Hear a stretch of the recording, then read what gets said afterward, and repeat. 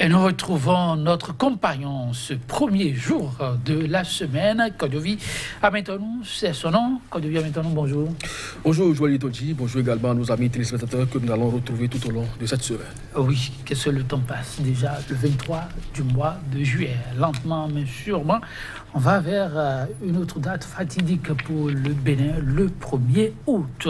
Qu'est-ce que ce jour nous réserve, quel pourra être le message du chef de l'État à la nation? On en est encore un peu bien loin, mais ne vous en faites pas, on suit tout de près pour vous. Quand tu viens avec nous, la une de nos confrères, comment ça se présente aujourd'hui? Très diversifié comme d'habitude, mais les grands sujets, c'est beaucoup plus la levée d'immunité de l'honorable Djenotin. Sans oublier l'affaire Maria Gleta, que d'aucuns pensent un éléphant blanc, mais que des journaux comme Mathieu Express ou Matin Libre tiennent mordicus et dur que c'est une centrale qui fonctionne à ses pleines potentialités. Il y a aussi que la vassalisation de la justice préoccupe également l'Union nationale des magistrats du Bénin. Ah oui, et tout à fait. On se rappelle les autorités de la voix ce week-end. C'est à la faveur d'une conférence de presse. On va démarrer avec le journal Actu Express de Médéric Gongo, qui écrit donc en grand titre « Acquisition de la centrale électrique de Maria Gleta ». 4 talons pour auditer Maria Gleta par un cabinet neutre incluant les Américains, le fournisseur et en même temps les techniciens. Et là, vous avez toutes les autres déclinaisons du quotidien. Et puis, survivre politiquement ou périr démocratiquement, le dilemme des soutiens de Patrice Talon. C'est à lire également dans les colonnes du journal Actu Express. Fraternité, une information quand même qui va surprendre plus d'un, mais que beaucoup peut-être attendaient depuis ferme. Session du Conseil supérieur de la magistrature, Benham étant réhabilité ce jour. Et là, c'est un titre affirmatif. Je l'ai dit, levée d'immunité parlementaire, la plénière, deuxième étape capitale pour Djenotin. Et pourquoi? Allez-y donc dans les colonnes du journal pour en savoir davantage. La dépêche. Malgré la conclusion du rapport de la commission spéciale sur l'absence de preuves, au menu, levée de l'immunité de Djenotin. Nomination de personnalités extérieures au Conseil supérieur de la magistrature. Eh bien, l'Union nationale des magistrats dénonce un précédent grave. Et puis, référendum recherché à Diapa la mouvance.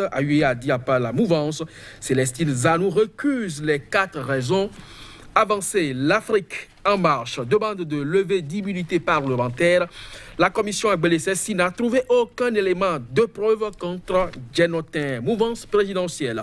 Amoussou Humbedji Sakalafia divisé mais uni pour le référendum. Et puis, Conseil supérieur de la magistrature, la vassalisation du pouvoir judiciaire est actée selon l'UNAMAB. Et puis, piratage de la fréquence de Soleil FM. Le professeur Awassou dénonce une cour de provocation. L'Audace Info, organisation des élections législatives et du référendum dans 8 mois au Bénin. Eh bien, Wadaï prive le COSLEPI des moyens financiers. Le confrère de la matinée, levée d'immunité parlementaire de Valentin Djenotin Gossou.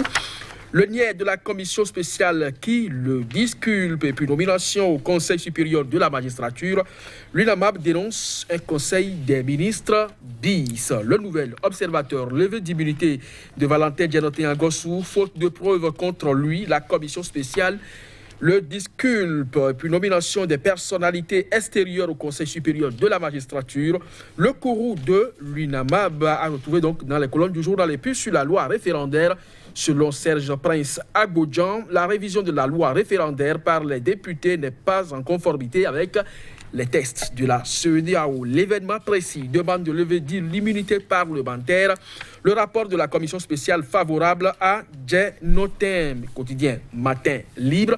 Nomination de nouveaux membres du Conseil supérieur de la magistrature. L'UNAMA parle des risques de règlement de compte, construction et mise en service de la centrale de Maria Gleta, les rapports des différentes missions de contrôle. Maria Gleta n'est pas un gâchis. Communiqué du port autonome de Cotonou. Enfin, Christian Debloc, en fin de mission. C'est officiel, publié donc par le port de Cotonou. Et puis, point média pour terminer. Amendement de la loi référendaire pour Célestine Zadou. C'est non. Nous irons devant la CEDEAO, avertit Serge Prince Agodjan. Et puis, caporalisation des institutions de la République sous la rupture. Les magistrats donnent l'alerte. Et puis, levée d'immunité parlementaire pas de preuves culpabilisantes pour Djenotin. Joël Itonji. Merci, Bertrand Deville. Maintenant, vous regardez le point média avec qui nous allons démarrer le point relatif à Djenotin. Le titre, vous le reprenez pour nous? Le visibilité parlementaire, pas de preuves culpabilisantes contre Djenotin, écrit donc le journal Point Média et comme beaucoup d'autres canaux que nous avons donc relayés ce matin. Et que se joue-t-il? Parce qu'on entend dire qu'il y a quand même une plénière qui va définitivement décider du sort de l'honorable. Oui, c'est bien sûr la une du journal Fraternité que vous avez donc cette information. C'est quand même curieux que une commission spéciale soit mise en place et présidée par l'honorable Agbele Sessi et qui a quand même rendu son rapport. Et donc, au vu donc des conclusions de ce rapport, c'est que, parlant donc de la loi qui punit les infractions, en tout cas de crimes économiques en République du Bénin et autres infractions connaissent, eh bien, on ne reproche véritablement rien à l'honorable Agosou Valentin Djenotin. Maintenant, qu'on dise à la fin de ce rapport qu'il y a quand même certains commissaires qui estiment qu'on doit l'écouter, qu'on doit trancher donc l'affaire définitivement au niveau d'une plénière et d'autres qui demandent qu'on rejette carrément cette histoire de levée d'immunité, il y a quand même mal donne. On se demande si véritablement on doit forcément mettre en place des commissions, parce que un rapport de commission, ça doit pouvoir être un document consensuel et qui aboutirait aux mêmes conclusions. Mais si des commissaires sont divisés sur le résultat final d'un rapport, on se demande vraiment comment le travail a été fait et si véritablement, au-delà de tout, un peu comme lui-même l'a toujours clamé, il n'y a pas quelque chose de politique dans cette histoire. En tout cas, les débats en plénière sont d'ordre toujours politique. Et si tout va bien, cette plénière s'ouvrira demain pour mardi. La cause. On suivra donc de près pour nos téléspectateurs. Fraternité, on reste avec ce quotidien, session du Conseil supérieur de la magistrature. Benameto réhabilité ce jour. Quand je viens maintenant, on se rappelle, comme c'était hier, l'homme a perdu ses prérogatives et son titre. Ouais, il y a 4 ans, c'était en 2014 qu'il a été véritablement radié de cette corporation des magistrats. Mais aujourd'hui, avec la nomination de personnes extérieures donc, à ce corps est dénoncé par l'UNAMAP d'ailleurs, et la première session donc, de ce conseil, du moins, on apprend, et là avec le journal Fraternité qui est très affirmatif, que la personne de Benameto, Justin Benameto, sera donc réhabilitée, pourra donc retrouver ses postes. Quand vous lisez un peu l'article, vous avez, il y a quand même assez d'incongruité. Quelqu'un qui a été radié d'une corporation et qui, pendant 4 années durant, a bénéficié des avantages liés donc, à ce métier. Et donc, ça veut dire qu'il a été régulièrement, selon donc, les extraits de l'article, il a été régulièrement payé depuis 4 ans.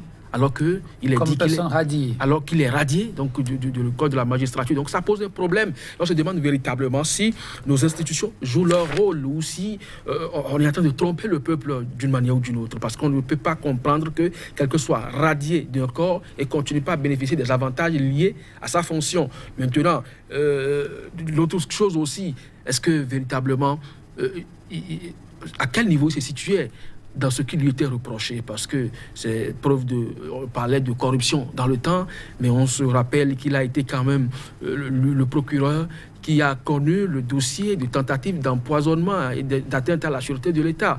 Maintenant, il a travaillé véritablement dans quel camp pour qu'aujourd'hui on parle de réhabilitation. C'est un problème de camp qui se pose?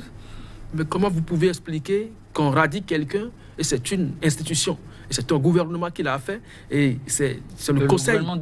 C'est le conseil supérieur de la magistrature qui l'a fait, donc sous le gouvernement Boni Yayi, et que au fur et à mesure que tous ceux-là qui avaient une maillard partie avec le gouvernement et surtout la personne de Boni Yayi dans ce dossier connaissent aujourd'hui des promotions.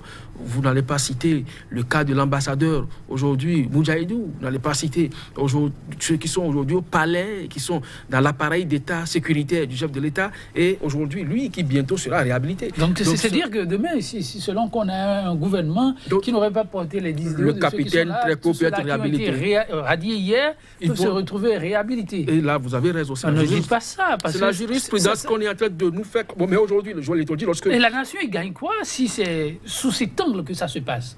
À la tête du client. Nous sommes dans un désert qui on a comme chef. Nous sommes dans un désert de compétences et chacun apprécie à sa manière. Vous voyez, la Cour, Job Grenou qui est en train de remettre en cause toutes les décisions prises par la Cour, alors que on a dit que les décisions de la Cour sont sans recours. Mais lorsqu'on les remet en cause, vous voyez ce que ça veut dire? Ça veut dire simplement que chacun apprécie et interprète les textes à sa guise. Et à partir de cet instant, on fera toujours du bis répétitif. Quand je viens à Milton, nous restons avec les magistrats. Nomination au niveau du Conseil supérieur de la magistrature. Le confrère de la matinée revient sur le sujet. C'était hier. L'UNAMAB a donné de la voix. Je lis exactement la une ici, le second titre, nomination au sein du Conseil supérieur de la magistrature,